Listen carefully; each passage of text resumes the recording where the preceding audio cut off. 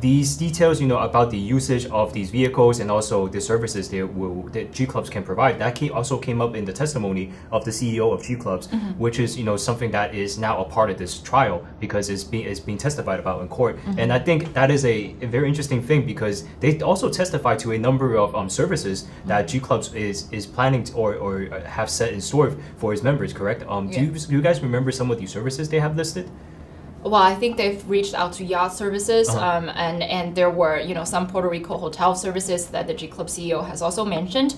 With regarding to, I think, the Lamborghini car, it appeared that the G Club's actually in contact with insurance, companies to make sure that, when G Club's members came into, to rental the vehicle for, further use, that the insurance companies would be able to provide, certain, respective insurance as well. And at the same time, the G Club CEO also testified that beyond Mama bases, she also personally visited some of the luxury hotels and mansions and in Europe as well, and these will potentially become other bases in Europe for G Clubs as well. So it appeared that in her testimony, many of the G Clubs members or supporters within the movement actually get a bigger scope of ideas of how G Clubs had developed itself in the past few years.